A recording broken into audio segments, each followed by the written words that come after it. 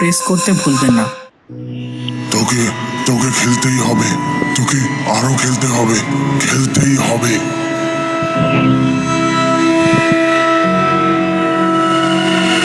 আজ থেকে প্রায় 5 দিন আগে থেকে সানজিদার সাথে শুরু হয়েছে এক অদ্ভুত ঘটনা। রাত ঠিক 3টার সময় যখন সানজিদা ঘুমিয়ে থাকে, তখন এক অদ্ভুত কণ্ঠে তার কানের কাছে কে যেন এসে বলে, তোকে তোকে খেলতেই হবে, তোকে আরো খেলতে হবে, খেলতেই হবে। তখন সানজিদা যেন তার নিজের উপর থেকে সকল নিয়ন্ত্রণ হারিয়ে ফেলে এবং মোবাইল নিয়ে ফ্রি ফায়ার গেমটি খেলা শুরু করে। গেম খেলার সময় তার চোখের পলক পড়ে না। এক দৃষ্টিতে সে মোবাইলের স্ক্রিনের দিকে তাকিয়ে থাকে। এভাবে এক পর্যায়ে তার চোখ বেয়ে নেমে আসে রক্তের ফোঁটা। কিছু সময় এইভাবে চলতে থাকে এবং এক পর্যায়ে সে অজ্ঞান হয়ে যায়। সকালে ঘুম থেকে উঠে আয়নার সামনে দাঁড়িয়ে সানজিদা দেখে তার চোখের কোণায় কালো হয়ে যাওয়া রক্ত জমে আছে। তার চোখের রং কেমন যেন ধূসর হয়ে যাচ্ছে। সারাদিন তার মাথায় সে এক অজানা যন্ত্রণা অনুভব করতে থাকে, যার কারণ সে কিছুই বুঝতে পারে না। সানজিদার মা লক্ষ্য করে যে তার মেয়ের মধ্যে বিশেষ পরিবর্তন এসেছে। সানজিদা কেমন যেন চুপ হয়ে গেছে, সারাদিন ঘরে বসে থাকে এবং খুব কম কথা বলে। এখন তার কলেজও বন্ধ। তিনি আজকাল লক্ষ্য করছেন রাতের বেলা কে যেন তাদের সমস্ত বাসা জুড়ে হেঁটে বেড়ায়। প্রথম দিকে তিনি মনে করতেন তার মেয়ে হয়তো রাতে রুমের ভিতর হাঁটাহাঁটি করে, কিন্তু আজকাল সানজিদার অবস্থা দেখে তিনি বুঝতে পারেন যে এই কাজ সানজিদার নয়। তাহলে কে? বাসায় কেবল তিনি, সানজিদার বাবা এবং সানজিদা থাকে।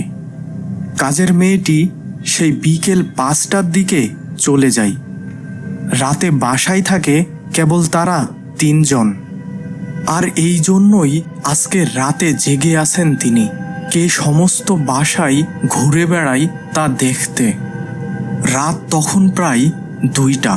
সানজিদার বাবা তখন নাক ডেকে ঘুমাচ্ছিলেন। হঠাৎ পাশের রুম থেকে কার যেন হাঁটার শব্দ শুনতে পান তিনি। কিছু সময়ের মধ্যেই হাঁটার শব্দ যেন আরও বেড়ে গেল। মনে হচ্ছে পাশের রুমের এক প্রান্ত থেকে অন্য প্রান্তে কে যেন হাঁটাহাঁটি করছে।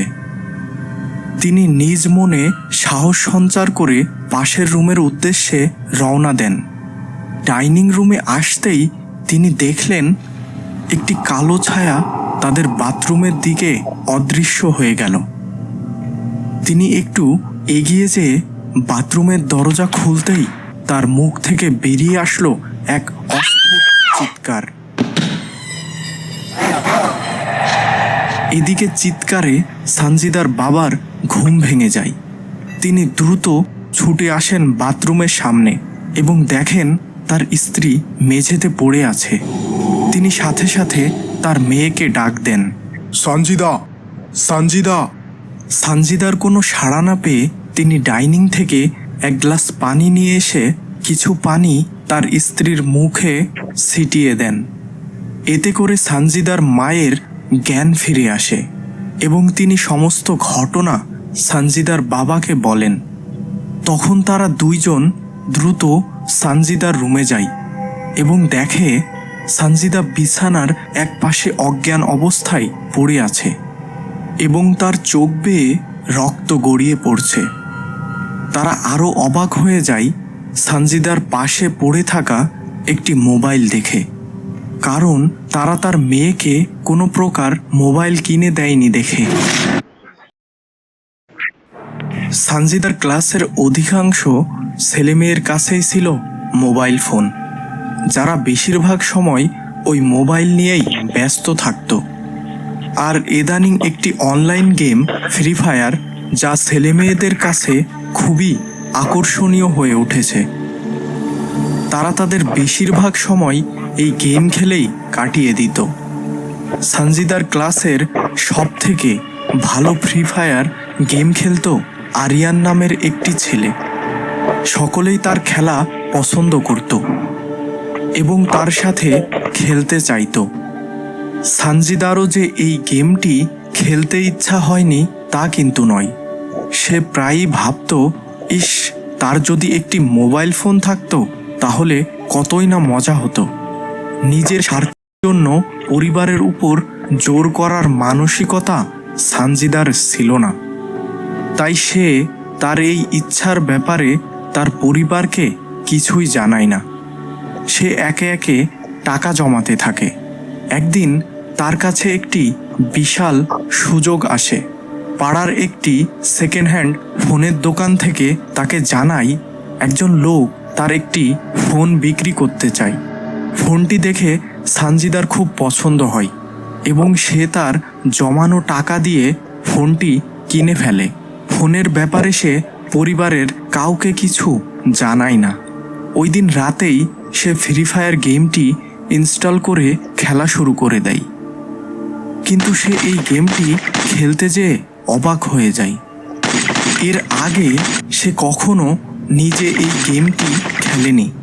কেবলমাত্র সে তার বন্ধুদের এই গেমটি খেলতে দেখেছে এবং সেখান থেকে সে কিছুটা শিখেছিল। কিন্তু যখন সে তার জীবনে প্রথম গেমটি খেলা শুরু করলো, সে একেবারে অবাক হয়ে গেল। সে একদম প্রফেশনাল খেলোয়াড়ের মতো খেলা শুরু করেছে। তার হাতের উপর যেন তার কোনো নিয়ন্ত্রণই নেই। এক অদৃশ্য শক্তি যেন তার হাতের আঙ্গুলকে নিয়ন্ত্রণ করছে। সানজিদা কিছুটা ভয় পেয়ে ফোনটি হাত থেকে বিছানার উপর ফেলে দেয়।